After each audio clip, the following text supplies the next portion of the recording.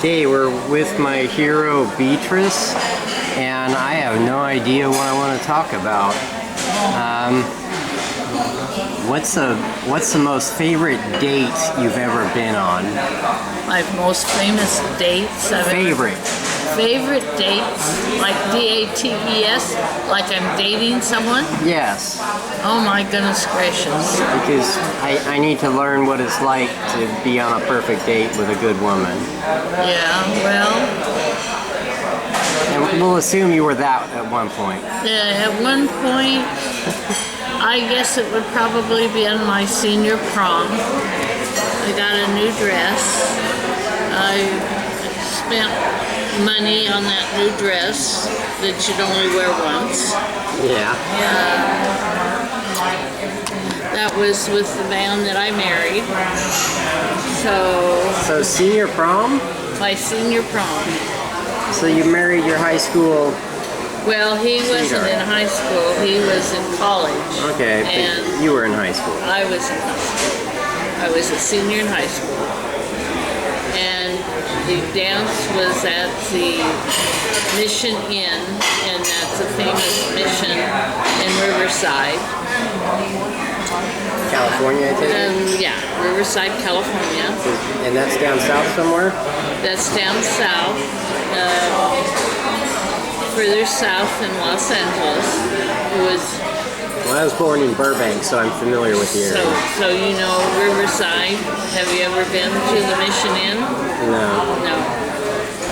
The Mission Inn is right downtown Riverside. And keep in mind it's been 37 years since I've been there. well, it's been a long time since I've been there. So I guess that would be the most famous date that I had. Famous? Famous. Favorite? Favorite. Well, that might not be the favorite. Well, I married that man, so I guess it might have been the favorite. One of my favorite places, which would not have been a date, is the whole family would go to Lake Shasta, and we would rent a houseboat. And many a times there would be 2 or 3 families that we'd have on the houseboat. The most memorable one would be when my mother doesn't swim, and she's out there in 100 feet water. We had an inner tube tied to the houseboat when we stopped, and she got on the inner tube, and then she let the rope out, and she was probably 50 yards from the houseboat when we finally saw where she was at. So she must have been probably 80 years old. Wow. So on a lot of trips has been a favorite. They're not dates, but they're places that we've went. We went to Alaska when the roads were not paved, and we was sitting at a campground, and all these people were saying, "Oh, you can't."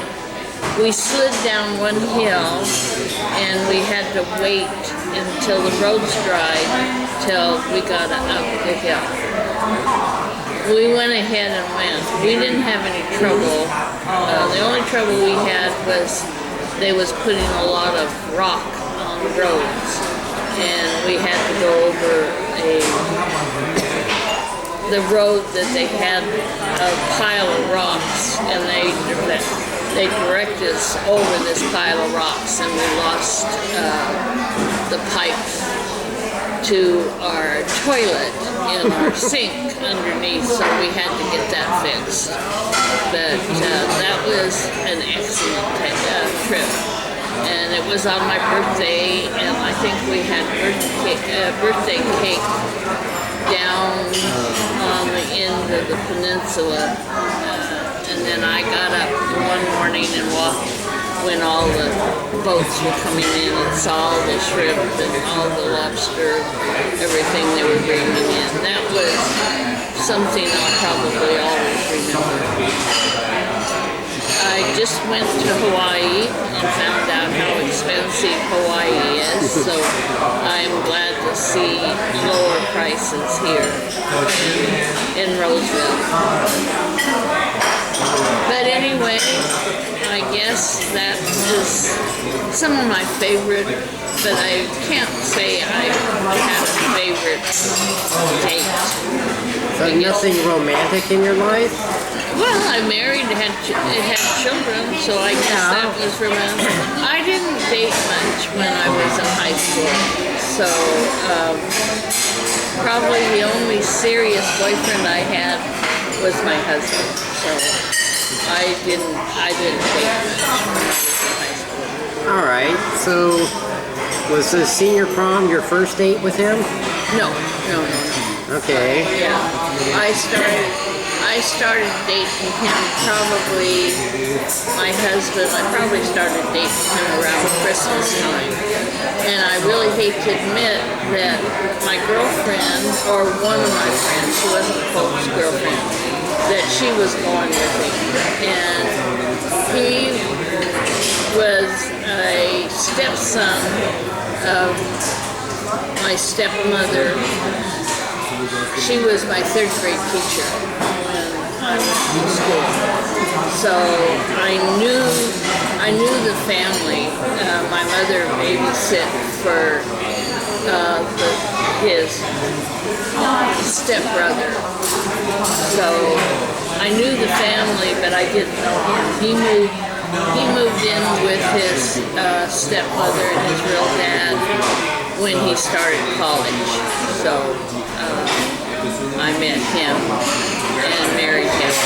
So anyway, I had 2 children by him, and now I have 4 grandchildren. They're not grandchildren anymore. They're 30 and 29 and 23 and 21, so I don't have any babies in my family anymore.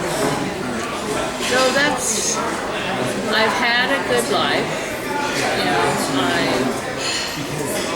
I've always owned a home, so I've always been very, very lucky there. And I have quite a busy life. I have a hard time making time for other people to go to lunch or to breakfast. I live in a very active neighborhood, and I belong to several different clubs, and everybody's asking me to join them for cards. I've never played cards, so I don't play cards, but I always have an invitation to join or learn cards so I can play. But I'm busy enough, I don't need cards in my life. So anyway, I'm coping with life right now. I've lost 2 very close members of my family, and that's taken a toll on my enjoyment of life. But I'm getting back to the point where I'm doing more. I'm traveling too much. I'd like to be home and enjoy my home more often, but I just got off of a trip on Friday and today's Monday, and I have another trip, not this week but next week, and I got a trip in March. I got 2 trips in April, and then I don't have any trips scheduled until November at this moment, but I'm sure something will come up that I'll go ahead and do. But that's my life. Busy. You did do the whirlwind thought process like I do a lot. Do you remember what I originally asked? Well, you originally asked me what my favorite date was. Yeah, but then I asked the second question. You don't remember? I don't remember that. It was about romance. Oh, romance. And I told you I really didn't have too much romance. I married the man and had 2 children. And then it went to your kids, and then it went to your life, and then it went to vacations. So that's what's on your mind. Yeah. The romance, my marriage was a hard marriage. Okay. Yeah, it was romance, but it was a changing of lifestyle, and I didn't grow with the likes of my husband. He got to the point where airplanes was his life, and airplanes wasn't life. I finally agreed to learn how to fly the airplane because it was such a hindrance in our marriage. But he died in an airplane crash, so then I didn't learn to fly that. That was romance in my life. I had the children, and we had the problem of he was a mechanic, and when the mechanic industry, when the airplane industry went down, I mean, he didn't work for years, and I worked and supported the family. So it was years that he was on unemployment, and at that time he was playing with airplanes. He did have a pilot and an instructor license for flying an airplane, so he would teach people how to fly, but that money was all spent on airplanes. So the romance in my life, there wasn't. You are trying to go back to that. I'm glad. So I can't say there was a lot of romance. I never had a fling. I never went with anybody else. So you knew one man your entire life? One man my entire life. And after he was killed, I didn't have time for another man in my life. You didn't make time? No, I didn't make time. That I had to support the children. Yeah. We had just purchased this house. I didn't want to lose the house. My father-in-law wanted me to go on welfare, and I didn't want to go on welfare. I wanted to keep my house, and I mean, it was a struggle. I walked back and forth to work. Well, I can't say I walked back and forth to work. I was about 3 miles from my job, and I walked it a couple of times until one of the workers, I worked in a maintenance yard, and they found out that I was walking, and so he picked me up and took me to work. But he was an Italian that had a mother that lived down there by our work, and once in a while he would go see her, so then I would walk home. So there was several times I walked back and forth. So that was a pretty rough time in my life. John, my brother John. You weren't using names, Beatrice. Yeah. My brother Jehoshaphat.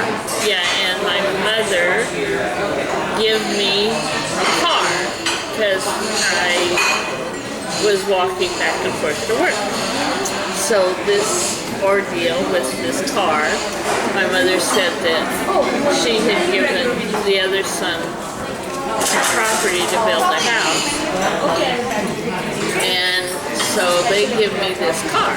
So I went to the DMV to register the car. Went at my lunch hour at work. So DMV wasn't too far away, so I went to DMV to register the car in my name. Went out and it wouldn't stop. So So I had to call my boss in tears, or trying to hold back the tears, sniffling, saying I can't come back to work because the car broke down. He goes, well, I'll come and get you. And I go, no, I don't want anybody to see me. I don't want, I'll come to work tomorrow. I'll walk to work tomorrow, but I'm not coming. So he must have told people to watch me because it must have been maybe 6 miles home. So I could see these maintenance trucks passing me and saying back to the radio, you know, well, she's on 3rd Street. And then I could see another one pass me. And so I had to go from 3rd Street in one town to 13th Street in another town. So it was about 6 miles. So I could just see all these people going by me, and I'm going, oh, don't stop. Don't you dare stop. Because I was sniveling, crying all the way home. So I had to, I guess I fixed that car, sent it to the repair shop, and I had that car for a while. And then I didn't have a car. Ended up. Well, I didn't have a car before, so the kids and I would walk to the grocery store and take a wagon, and then we'd fill the wagon full. And that was a rough time in my life. I've had several of those. But anyway, I'm okay now. Living high on the hog, going everywhere. These do appear to be good stories for you because there's a definite smirk on your face when you tell them. Yeah. You know? Well, when you think about when you snivel and cry, and then you're going, well, you got through that. Why did you have to snivel and cry? That's right. Yeah. So we can take that as life advice then. You know? It'll pass, and things will get better, and then things will get worse, then things will get better, and then you get another chop in the head, you know, but life is life. I guess you just have to go, just take it one day at a time, and expect something maybe happen tomorrow, and you'll deal with it maybe. At the time you won't deal with it, but you will deal with it. I was watching a documentary, and it was a husband and wife, and the wife was freaking out, and the husband said, hey, it'll be okay, it'll be okay. And she's like, how the hell do you know that? Which was always my response growing up. But what I've learned is, it doesn't matter whether it's actually going to be okay. If you act like it's going to be okay, and it's not, well, then you can always change your position. But most of the time, it ends up okay. So all the panic and worry is just a waste of life. You know? But we all do it. Yes, we do. Even though we know it's going to pass, it might change your life. I don't think most of us do know it's going to pass. Yeah. We all act like this is it. This is going to be my life for the rest of my life. But it's not. Does that make sense? Yes, it does. You know, So people stress unnecessarily. But we might be programmed to do that. yes, I think we're all programmed to do that because we all went through life laughing and carried on when something bad happens. Sometimes people think that we don't care, but I think we all react in different ways. And that's good. That makes us different. Yeah, we all have different motivations. So, when are you going to shut this thing down? Well, I don't know. When I'm satisfied and when you start asking me to shut it off. Oh, okay. Do you want me to shut it off? Sure, our food is about to come and I want to drink the water. You can drink the water, because I can talk too. You talk. I'm just fascinated. I ask you for good stories and happy stories, even romantic ones. And your thought process, similar to mine, is that you'll address the topic, but then it'll link to another one. And you'll go on that one, which links to another one.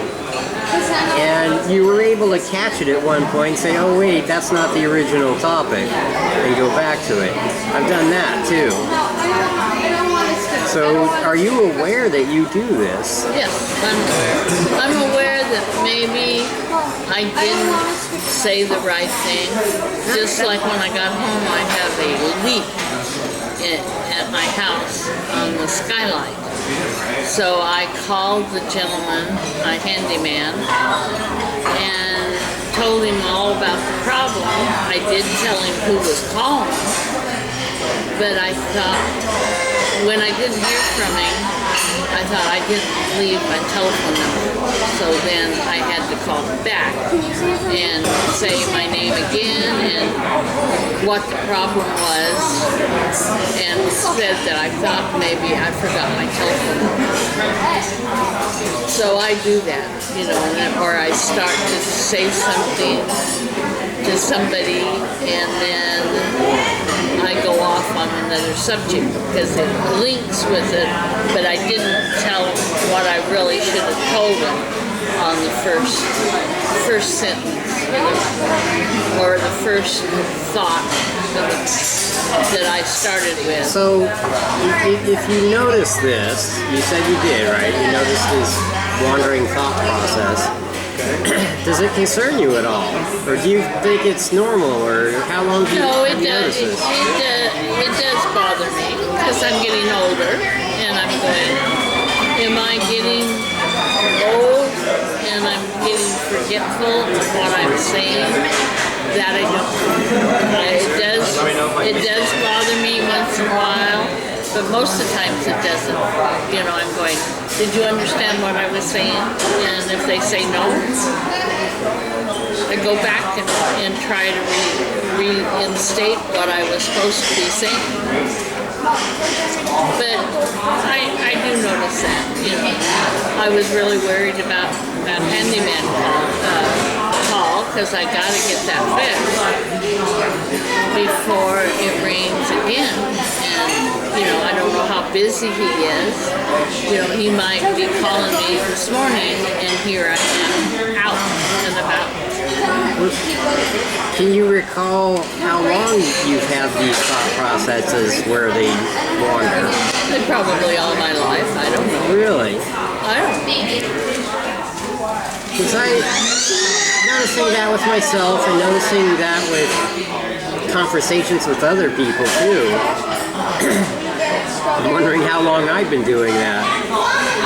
Because I know I've always been a daydreamer and creative, all that crap. And mostly I think it's due to the insomnia that's been building up over the years. So I'm just kind of checking myself and comparing it to other people. And it doesn't matter what their age or gender or anything else is. And by the way, I think you're the oldest play date that I've ever had, and I know that for a fact because you're the first play date I've ever had. I've sort of been working up to it, but I haven't had it on camera before. This place has taken a really long time to service. Yes, it is.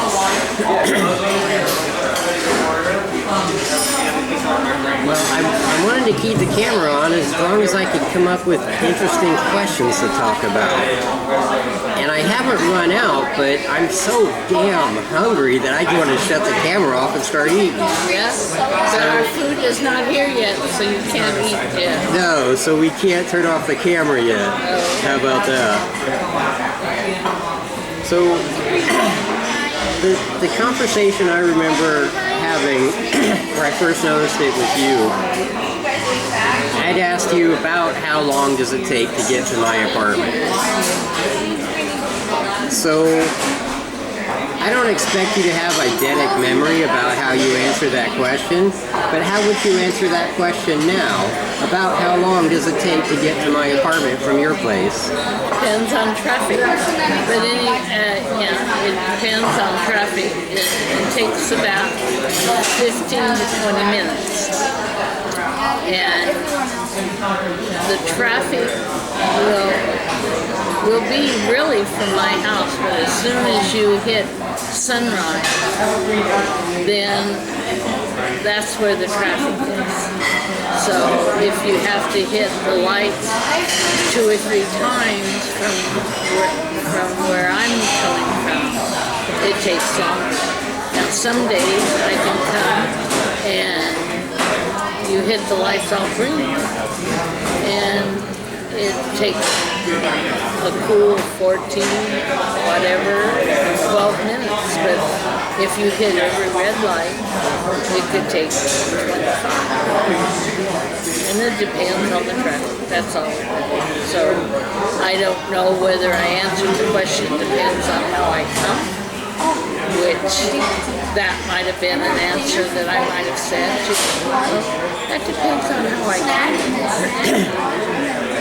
So I don't know how I answered that question. The recollection, and I've had this in my journal probably more than once, where I remember asking you about how long, and I was expecting a round number like you started off with.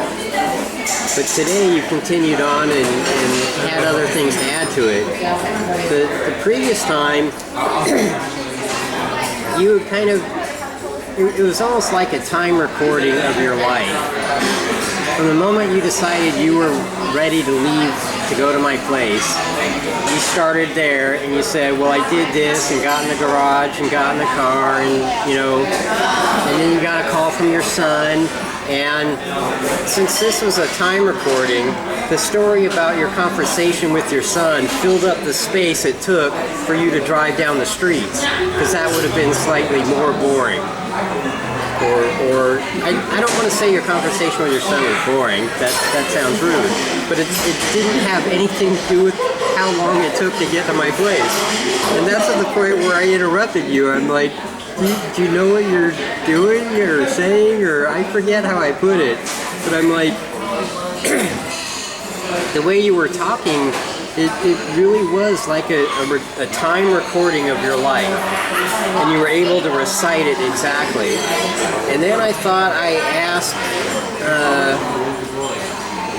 I can't remember what I said, but you had told me that you were answering my question. About how much time did it take to get to my place? And you said, well, let's start here and describe it.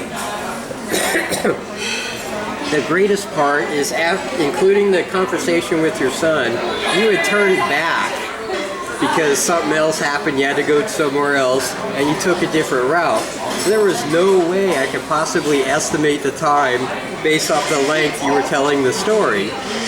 And the weird thought is like, well, if I would have had fair warning, I could have maybe hit a stopwatch where you had turned around and then come back, but I didn't go back to the exact same spot, so I would have had to estimate with the time, you know, the stopwatch had to restart. And it just made me think of, you know, how other people think and express themselves. So that, and you did a bit of that today. Now, you had a little bit of the time recording thing, but you didn't start at point A and go all the way to the end. I mean, I interrupted you before you got to the end the first time. But you were able to tell a basic story. Enjoy. Thank you. But you still managed to wander, maybe not necessarily to a different story, but to a story that links in your memory. Does that make sense? So I'm just fascinated by thought process because I'm so worried about my own, I think. You know, with the chronic pain, the chronic depression, the chronic insomnia, the chronic indigestion, and then treating it all with medical cannabis. What kind of nut job do I have to be? I mean, that's neglecting all the genetic and environmental defects I might have. I mean, my mother described me as the only pretty tan baby in the nursery. Among a bunch of ugly pink babies. And those ugly pink babies are normal babies. The little tan babies are born premature. And I just recently saw a documentary on how premature babies, apparently it's a very painful process to be born premature. Oh, really? And the way that they were able to detect this was they tested the baby by like squeezing its toe or something. I'm like, don't hurt the baby. But the preemies were far more sensitive than the rest of the babies. And they were talking about how it kind of burns a neural pathway into the brain where they feel more pain than other people. They're more sensitive to it because that neural pathway has been burned into them. And it's kind of sad, but it's a way of looking at my own, I want to say psychosis, but I'm not, you know, like that kind of doctor or anything. Yeah. But sometimes I think of it as a psychosis, something that I need to keep an eye on. Does that make sense to you? That makes sense. And you need to shut the recorder off. But the conversation is going so well. We're eating. We're eating. And you were so hungry. I am. Yeah. I can eat and talk. Oh, really? That's because I'm a rude pig. Mm-hmm. You want me to shut off the camera? All right, here it goes. Yes, please. Thank you, Beatrice. Yes, thank you.